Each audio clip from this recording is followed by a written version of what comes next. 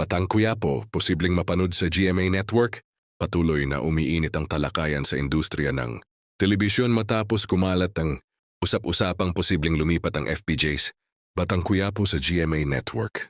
Bagamat walang opisyal na pahayag mula sa ABS-CBN o GMA, naging maugong ang espekulasyon dahil sa pagbabago sa block time, partnership ng ABS-CBN sa TV5, na nakaapekto sa ilang kapamilya shows at artista. Ayon sa ilang observers, hindi imposibleng mangyari ang paglipat dahil patuloy na ang pagpapalawak ng content, partnership sa pagitan ng malalaking network.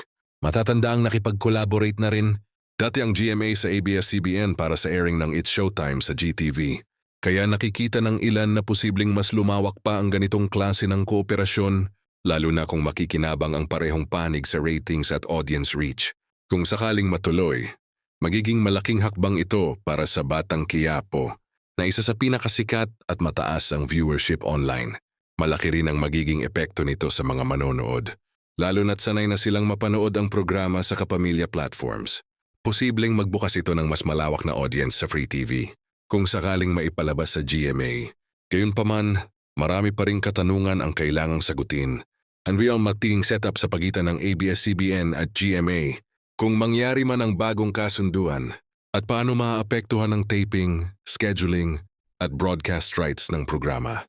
Sa ngayon nananatili itong puro espekulasyon, hanggat walang opisyal na anunsyo mula sa ABS-CBN, GMA o mismong mga tao sa likod ng Batang Quiapo. Maiging ituring ang balitang ito bilang haka-haka lamang. Gayunpaman, patuloy itong sinusubaybayan ng publiko dahil maaaring maging isa ito sa pinakamalaking network moves sa Philippine TV kung sakaling magkatotoo.